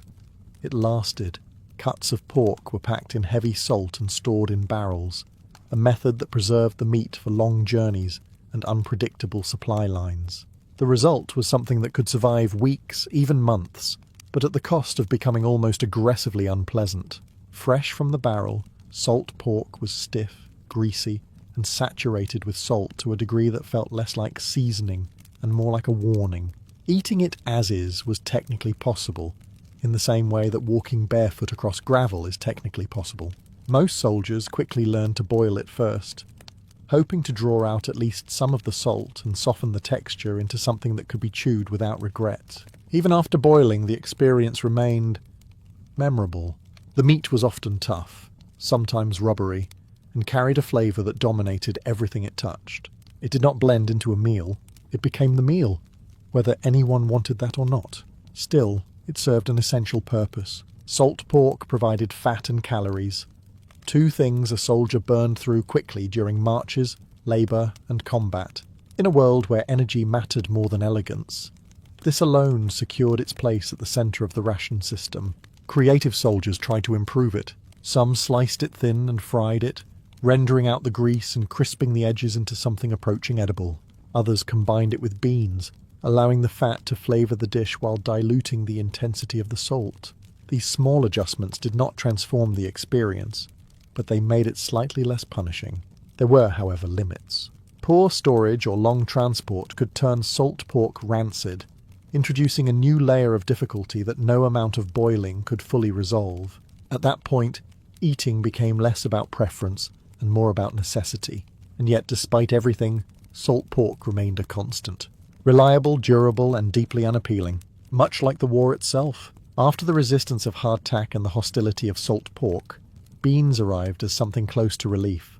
Not excitement, certainly not joy, but relief. In the camps of the American Civil War, beans were one of the few rations that at least pretended to be a proper meal. Usually issued dried and in bulk, beans required time, water, and a degree of patience that military life did not always provide. When everything worked as intended, when there was enough fuel, enough clean water, and enough time, they could be boiled into something warm, filling, and almost comforting. It was not gourmet food, but compared to gnawing on hardtack or negotiating with salt pork, it felt like progress. Of course, that ideal scenario did not always happen. Cooking beans properly meant hours over a fire, and fires required wood. Wood required effort, and effort, after long marches or exhausting duties, was not always in generous supply. So beans were sometimes rushed, undercooked or unevenly prepared, hard in places, mushy in others, and never quite what they were supposed to be. Still, they had advantages. Beans provided protein and fibre, helping to sustain soldiers over long days. More importantly, they absorbed flavour. This made them the perfect companion to salt pork, which, despite its many flaws, offered fat and seasoning in overwhelming quantities. Combined, the two created a dish that was at least cohesive, if not particularly refined. This combination became so common that it defined camp cooking. A pot of beans simmering slowly over a smoky fire, with bits of pork fat floating across the surface, became a familiar sight. It was not just food, it was routine, and in a war filled with uncertainty, routine held value. There was also a social element to it. Cooking beans often meant gathering around a shared fire, waiting, stirring, occasionally complaining. Conversations happened here. Stories were told, exaggerated, and retold again. For a brief moment, the war stepped slightly into the background, replaced by the simple act of waiting for something to be ready, even if that something was beans. And so, while they were not perfect, often far from it, beans provided something the other rations did not quite manage. A sense, however small, that a meal could still feel like a meal. After hardtack tested your teeth, salt pork tested your resolve, and beans tested your patience, coffee arrived as something close to salvation. Not a luxury, not an indulgence, just a simple, reliable reason to get through the morning without openly questioning your life choices. In the camps of the American Civil War, coffee was not optional, it was essential. Union soldiers were issued green, unroasted coffee beans, which meant that before anyone could enjoy a cup, they had to roast, grind, and brew it themselves. This process required time, effort, and a surprising amount of determination, none of which discouraged them in the slightest. Roasting the beans was often done in whatever equipment was available: a pan, a tin cup, sometimes even a shovel. The goal was simple: apply heat until the beans darkened and released their aroma. Precision was not expected. Burnt beans were common, uneven roasting even more so. But none of this mattered. The end result was still coffee, and that was enough. Grinding came next, and here creativity truly flourished. Without proper tools, soldiers improvised, using rifle butts, rocks, or anything heavy enough to crush the beans into something resembling powder. It was inefficient, messy, and occasionally destructive to the surrounding environment, but it worked. Finally, the brewing. Grounds were added to boiling water, stirred, and then left to settle. The result was a thick, strong drink with a texture that sometimes included floating particles. An experience that modern coffee enthusiasts would politely describe as rustic. And yet it was beloved. Coffee provided warmth, energy, and a sense of normalcy in an environment that rarely offered any. It helped soldiers stay alert during long watches, recover from exhausting marches, and, perhaps most importantly, feel human for a few minutes each day. There was also a ritual to it. Preparing coffee became a shared activity, something done around the fire, with familiar motions and predictable results. Conversations flowed more easily over a tin cup of hot coffee than over a chunk of salt pork. In some cases, coffee even became a form of currency, traded between soldiers or exchanged for other goods. Its value extended beyond simple consumption. It was comfort, routine, and morale in liquid form. Because in a war defined by hardship, uncertainty, and remarkably uncooperative food, coffee stood out as the one thing that consistently delivered, even if it occasionally came with a mouthful of grounds. Even the most disciplined system of salt pork, beans, and hardtack had one small flaw. It assumed that was enough. For a soldier burning energy through marches, labour, and the occasional attempt to stay alive under fire, it often wasn't. And so, in the camps of the American Civil War, soldiers began to improvise. Foraging became less of a hobby and more of a necessity. When camps were near farmland, forests, or rivers, soldiers would quietly expand their menu. Berries, wild greens, nuts, and occasionally fish found their way into camp pots. Some men hunted small game, rabbits, birds, anything that moved slowly enough to be caught. These additions were not guaranteed, but when they appeared, they transformed meals from barely tolerable to almost satisfying. Of course, this came with complications. Not all foraging was officially approved. Soldiers sometimes foraged from nearby farms, which is a polite way of saying they helped themselves to chickens, vegetables, or anything not securely guarded. This blurred the line between survival and theft, a line that became increasingly flexible the hungrier a man became. Back in camp, these gathered ingredients sparked something unexpected: creativity. Cooking methods evolved out of necessity. Hardtack was crumbled into stews to thicken them. Salt pork was diced and fried to add flavour. Aggressive, unavoidable flavour, but flavour nonetheless. Beans were combined with whatever else was available, turning into something closer to a complete dish. One popular improvisation was skillygaily, a dish made by frying hardtack in pork grease. It was greasy, heavy, and not particularly refined, but it softened the hardtack and made it easier to eat. Another variation involved soaking hardtack in coffee, creating a strange hybrid of meal and beverage that solved multiple problems at once. Cooking itself became a social activity. Groups of soldiers would pool their rations, combining resources to create something better than what each individual could manage alone. One man might contribute beans, another a piece of pork, another a handful of wild greens. Together, they produced meals that were, if not enjoyable, at least more bearable. There were limits, of course. Poor weather, lack of resources, or constant movement could reduce everything back to basic rations. But whenever the opportunity arose, soldiers adapted, because survival was not just about eating what you were given.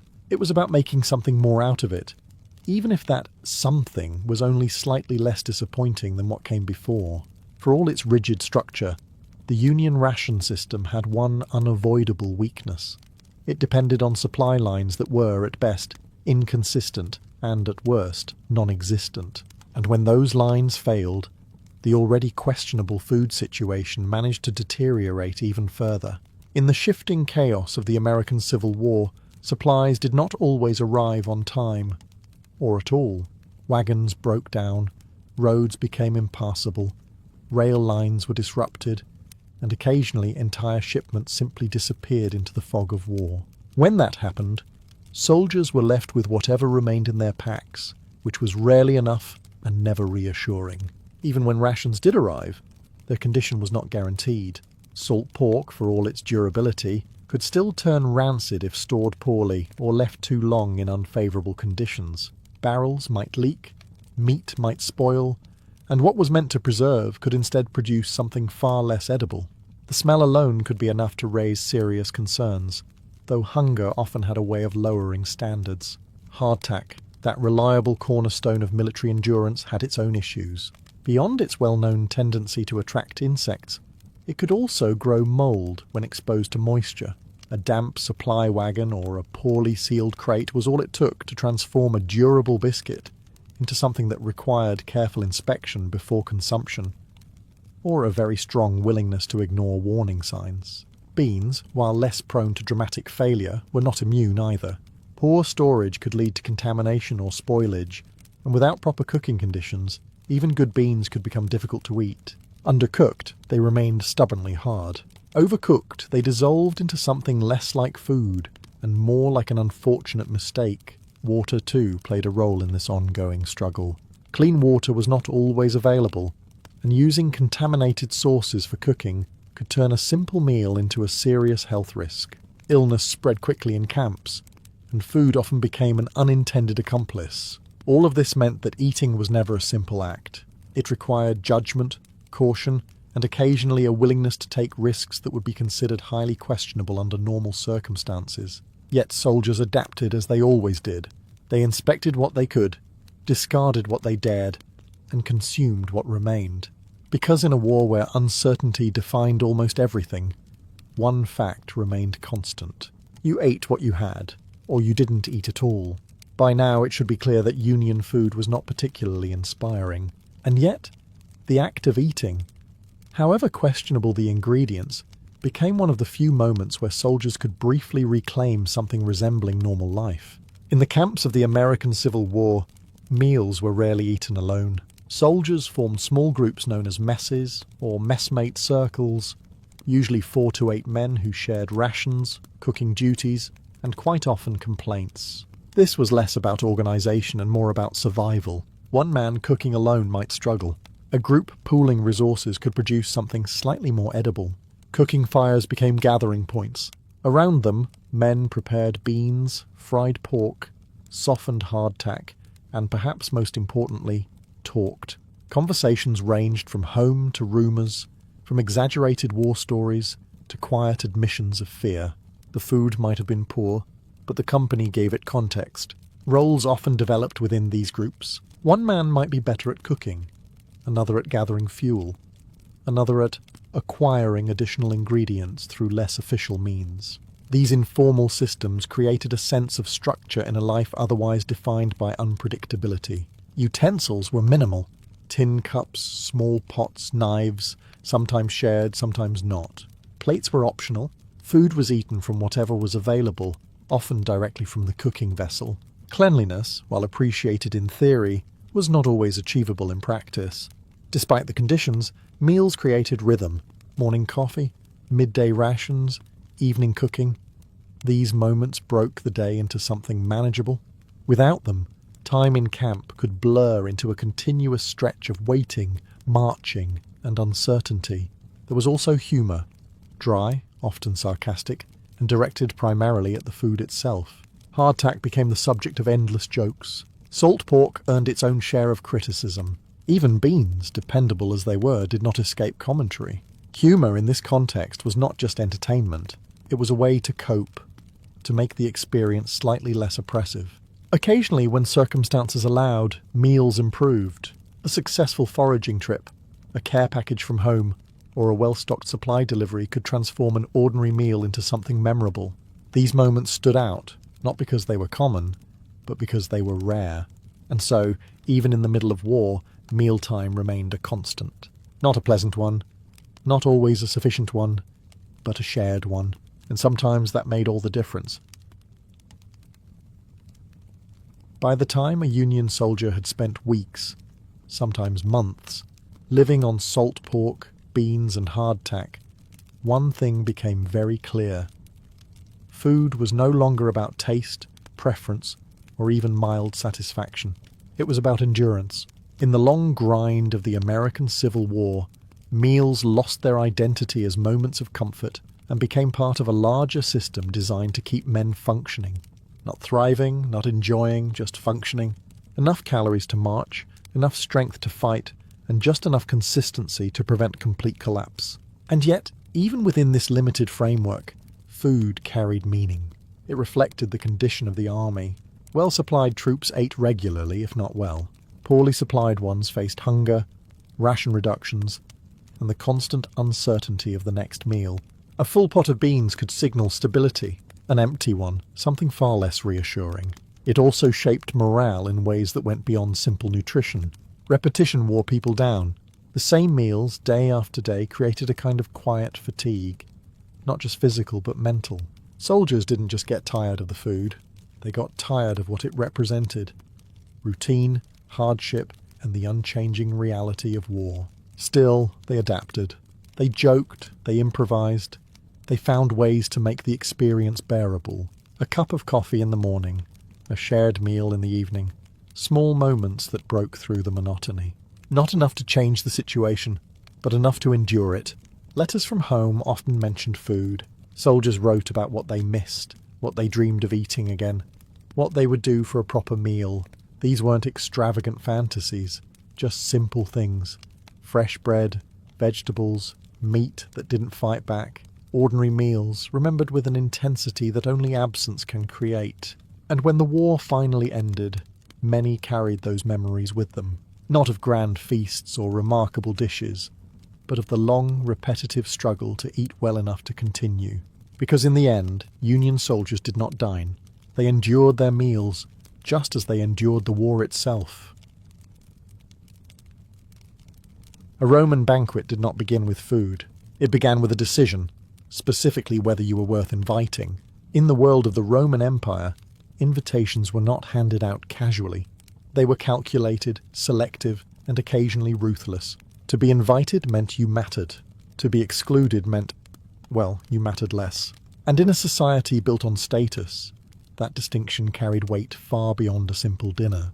Hosts, typically wealthy elites, senators, or men with ambitions that required careful networking, used banquets as tools. These gatherings were not acts of hospitality. They were stages, carefully arranged environments where influence could be displayed, alliances reinforced, and reputations subtly adjusted over the course of an evening.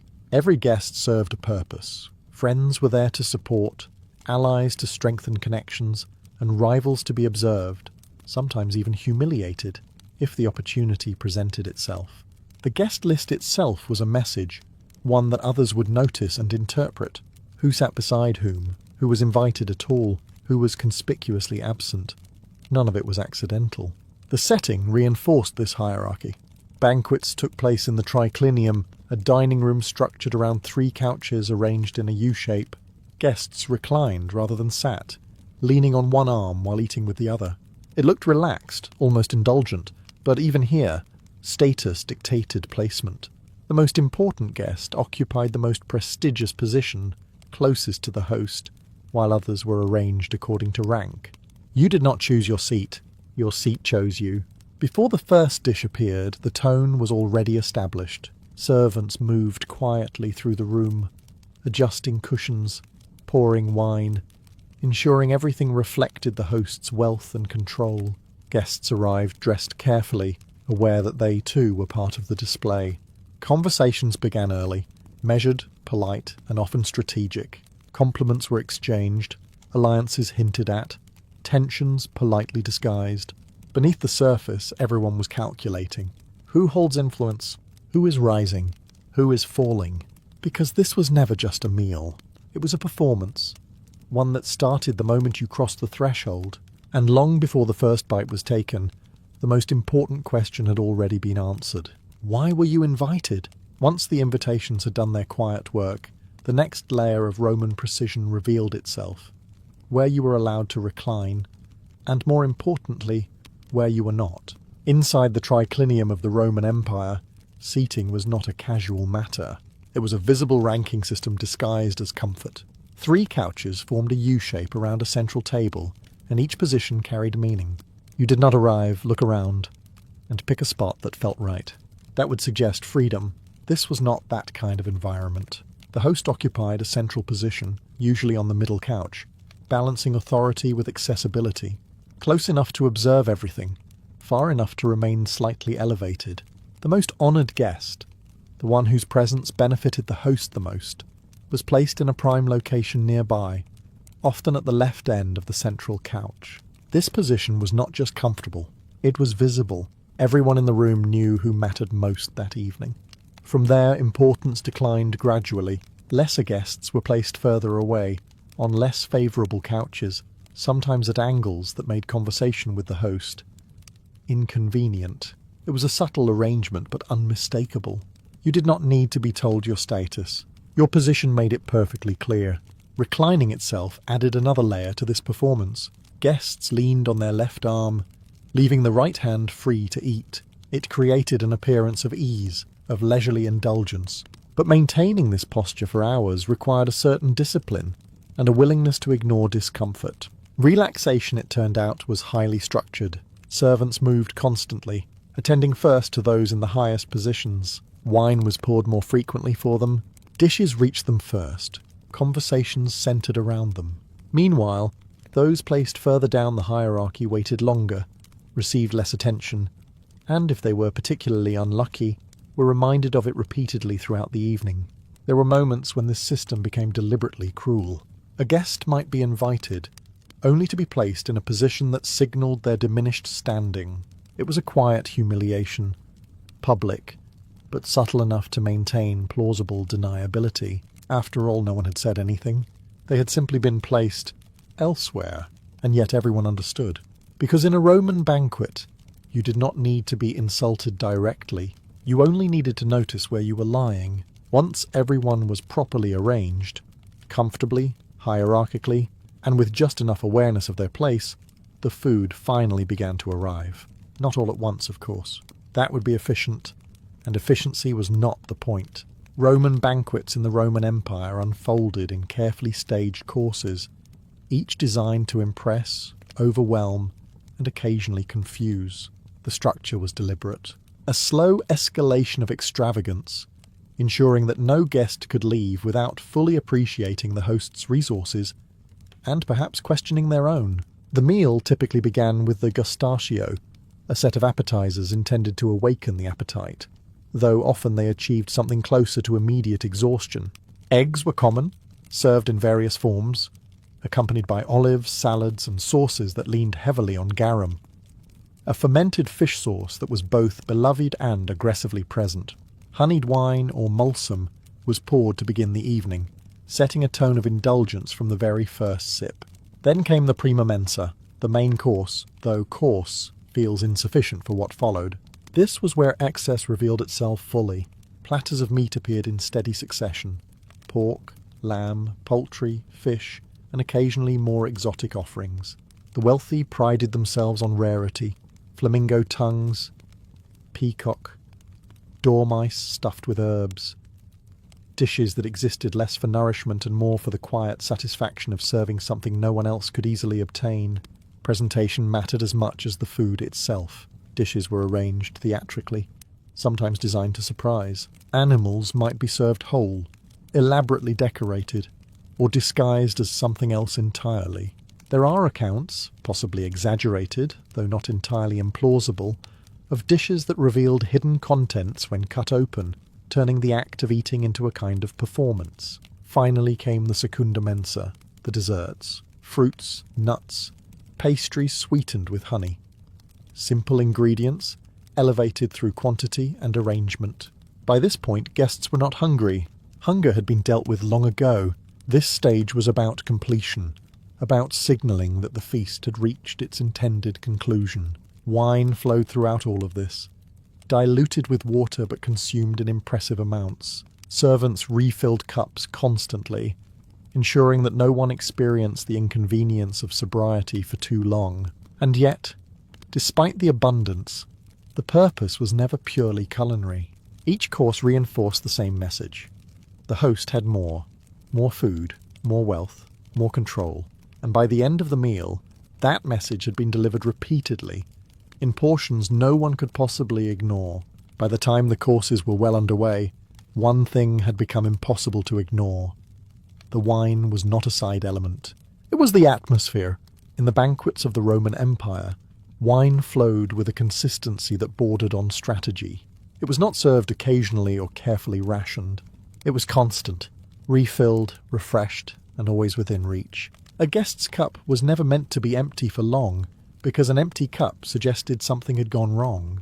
But Roman drinking came with its own rules. Unlike modern habits, wine was almost always diluted with water. Drinking it undiluted was considered excessive, uncivilized, and something only people with very poor judgment or very specific reputations would attempt. Of course, the definition of diluted could vary significantly depending on the host's intentions. At the centre of this controlled chaos stood the arbiter bibendi, the master of drinking. This individual, either appointed or self-assumed, decided the strength of the wine, the pace of drinking, and occasionally the rules of the evening. It added a layer of structure to what might otherwise become immediate disorder. Not that disorder was entirely avoided, it was simply managed. Wine had a purpose beyond enjoyment. It loosened conversation, lowered caution, and encouraged a kind of openness that could be very useful in a room filled with political allies and quiet rivals. A man who spoke carefully at the beginning of the evening might become significantly more revealing after several cups. Whether this was intentional or not depended largely on who was listening. Drinking games were common, often involving rounds where everyone was expected to drink together. Refusing could be seen as poor manners, or worse, a lack of participation in the social ritual. Participation, even when reluctant, was part of the experience. Servants moved continuously, pouring wine with careful attention to rank. Important guests were served first, their cups refilled more frequently, while others waited just long enough to notice. Even intoxication, it seemed, followed a hierarchy. As the evening progressed, the effects became visible. Conversations grew louder, laughter less restrained, and the carefully maintained politeness of earlier hours began to soften. For some, this was the moment the banquet truly began. For others, it was the moment things became unpredictable. Because wine, while controlled in theory, had a habit of shifting that control. And in a setting where power, pride, and perception were already carefully balanced, a little too much honesty, or a little too much confidence, could turn a pleasant evening into something far more complicated. Food and wine established the setting, but a Roman banquet was never content with simple consumption. That would suggest restraint. Instead, the evening expanded into something closer to a performance, because if you had wealth, it was not enough to feed your guests. You had to entertain them, impress them, and occasionally leave them wondering whether they should be impressed at all. In the elite circles of the Roman Empire, entertainment was woven directly into the structure of the banquet. It did not wait politely until the end. It appeared between courses, during courses, sometimes even over them, because subtlety, as always, was optional. Musicians were common. Lyres, flutes, and other instruments filled the space with sound that ranged from refined to slightly overwhelming, depending on the host's taste and the skill of the performers. Poets might recite verses, occasionally their own, occasionally borrowed, and sometimes delivered with a confidence that suggested they expected applause, regardless of quality. Dancers followed. Carefully trained, often elaborately dressed, they moved through the room in coordinated displays that were meant to hold attention.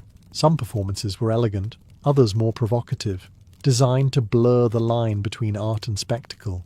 The goal was simple: ensure no one forgot where they were and who had paid for it. Then there were the more unusual entertainments. Exotic animals might be displayed, rare curiosities presented, or staged performances arranged purely for novelty. These were not everyday occurrences, but when they appeared, they reinforced the same message as the food. The host had access to things others did not. Not all entertainment was comfortable. There were moments, subtle or otherwise, where performances edged into humiliation. A guest might be the subject of a joke, a performer might be used to mock someone indirectly, or a situation might unfold that left one individual more exposed than the rest. These were calculated risks, moments where the host tested the boundaries of power and reaction. Servants, too, were part of the spectacle. Their movements, efficiency, and even appearance contributed to the overall impression. Nothing in the room was neutral. Everything served a purpose. As the night progressed, the line between entertainment and excess began to blur. What started as refined display could shift into something louder, less controlled, and more revealing of the host's intentions. Because in the end, the performances were not just for enjoyment. They were demonstrations of wealth, of control, and of how far a host was willing to go to ensure that no one left the table unimpressed or entirely comfortable. By this point in the evening, it was no longer enough to serve good food. That would suggest practicality. Roman elites preferred something more ambitious, food that proved they could obtain what others could not, and serve it without hesitation. In the upper circles of the Roman Empire, rarity mattered more than flavour. A dish was not judged solely on how it tasted, but on how difficult it had been to acquire. The further it travelled, the stranger it appeared, the more it succeeded in its purpose. This is where banquets moved from indulgent to quietly theatrical. Animals from distant regions began to appear on the table. Peacocks, flamingos, exotic fish, and game that most people would never encounter, let alone eat. These were not everyday meals. They were statements. Serving such dishes signalled access to trade networks, wealth, and the kind of influence that could make the unusual seem routine. Then came the details, the parts of the animal that no one had previously considered essential. Tongues, brains, livers, and other delicacies were prepared with elaborate care, not because they were universally loved, but because they were unexpected. Guests were meant to react, to be surprised, impressed, or at the very least, slightly unsettled. Sauces played their role as well. Complex mixtures, often built around garum, masked or enhanced flavours in ways that could transform a dish entirely. A guest might not recognise what they were eating immediately, and that uncertainty was part of the experience. There was also an element of competition. Hosts observed one another, quietly noting who served what, who introduced something new, who pushed boundaries further. A banquet was not just an event. It was part of an ongoing contest, where reputation was built through excess and originality. Of course, not every guest enjoyed every dish. Some foods were tolerated rather than appreciated, but refusal carried its own risks. Declining a host's offering could be interpreted as disrespect, or worse, a failure to participate in the shared performance of the evening. So guests adapted. They tasted. They nodded. They offered polite approval, even when faced with something that challenged their expectations. Because in this environment, eating was not about hunger. It was about demonstrating that you belonged at the table, and that nothing placed before you, however unusual, would suggest otherwise. By this stage of the banquet, the message was no longer subtle. It was being repeated, reinforced, and occasionally sharpened. Status defined everything, not just what you ate, but how you were treated while eating, and whether you were meant to enjoy it at all. In the elite households of the Roman Empire, equality at the table was more theory than practice. The same room could host dramatically different experiences, depending entirely on who you were. Important guests received the finest dishes, the best wine, and the most attentive service. Others received something else. It was not uncommon for hosts to serve different qualities of food to different guests. A favoured individual might be presented with the most exotic meats, carefully prepared and beautifully arranged, while a lesser guest might receive a simpler, less refined version of the same course, or something entirely inferior. The distinction was rarely announced. It did not need to be. Wine, too, followed this hierarchy. While the most prestigious guests enjoyed well-aged, carefully mixed wine, others might find themselves drinking something noticeably weaker, or less generously poured. Even the act of refilling a cup became a subtle signal of importance. These differences were not accidents. They were deliberate choices, designed to reinforce the structure of the social order. A guest could measure their standing not by what was said, but by what was placed before them, and how quickly it arrived. There were moments when this system crossed into quiet humiliation. A host might invite someone not to honour them, but to display their lesser status, seating them poorly, serving them inferior food, or simply allowing others to notice their position was enough. No direct insult was required. The setting itself did the work, and yet guests endured it, because attending a banquet, even under less favourable conditions, still offered opportunity. Being present meant visibility. It meant remaining within the social circle, even if not at its centre. Absence in many cases was worse. Some guests navigated this carefully. They observed, adapted, and responded with equal subtlety, offering praise when appropriate, ignoring slight differences, maintaining composure regardless of circumstance. Others reacted more openly, though this carried risks. Because a Roman banquet was not just about what was served, it was about what was revealed, and sometimes what was revealed was not the wealth of the host, but the exact place each guest held within a system that rarely allowed anyone to forget it. By the later hours of the banquet, something important became clear.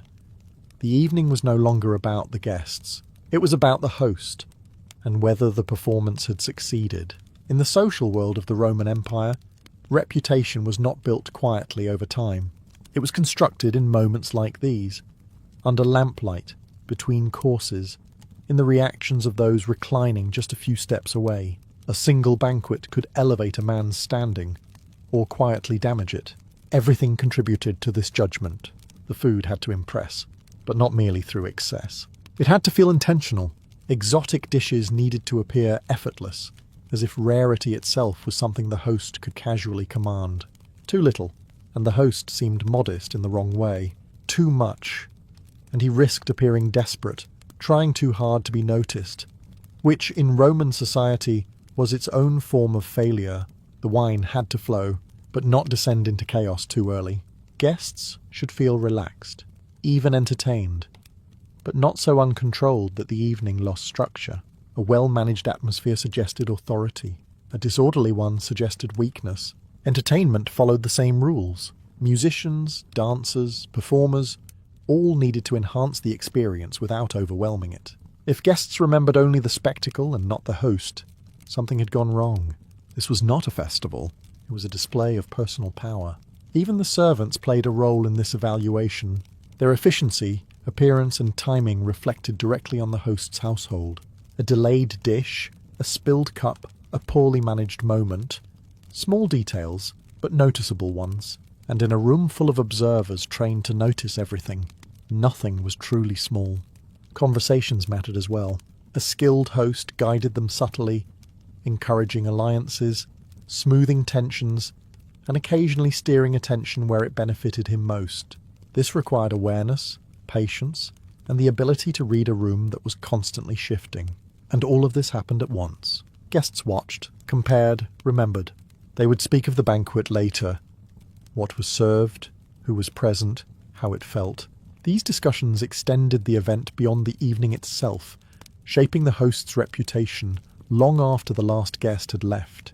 Because in the end, a Roman banquet was not judged by how much was consumed. It was judged by what people said afterward. And in a society where perception carried real consequences, that judgment mattered far more than any single dish ever could. Eventually, even a Roman banquet had to end. Not abruptly, of course. Nothing about the evening allowed for that. But gradually as the lamps burned lower, the wine slowed, and the carefully maintained energy began to settle into something quieter. In the world of the Roman Empire, the end of a banquet was not marked by a single moment, but by a series of small transitions. Guests shifted from reclining to sitting, conversations softened, and the structured rhythm of courses gave way to a looser, less defined conclusion. Some guests lingered, especially those with something left to gain.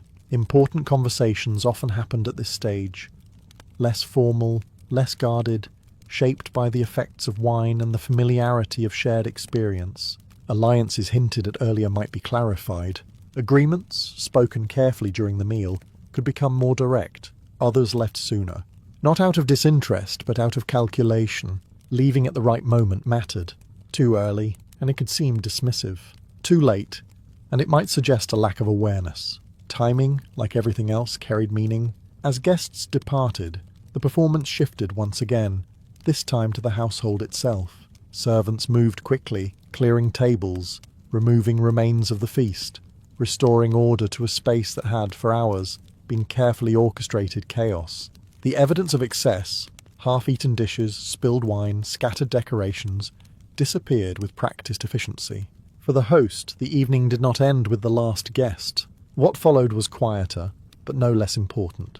Reflection, whether acknowledged or not, became inevitable. Had the right people been impressed? Had any missteps been noticed? Would the banquet be remembered for its success, or for something less favourable? And beyond that, there was the simple reality of consequence. Reputation, once shaped, moved outward. Guests would talk, compare, interpret. The evening would continue in conversations elsewhere, in rooms where the host was no longer present to guide it. For the guests, too, something remained. Not just the memory of food or wine, but of position, where they had been placed, how they had been treated, what had been revealed. These details lingered, informing future interactions, shaping expectations for the next invitation. Because there would always be a next banquet, another gathering, another performance, another carefully arranged display of wealth and power. And when that invitation came, the question would return, quiet but unavoidable. Where would you be placed this time?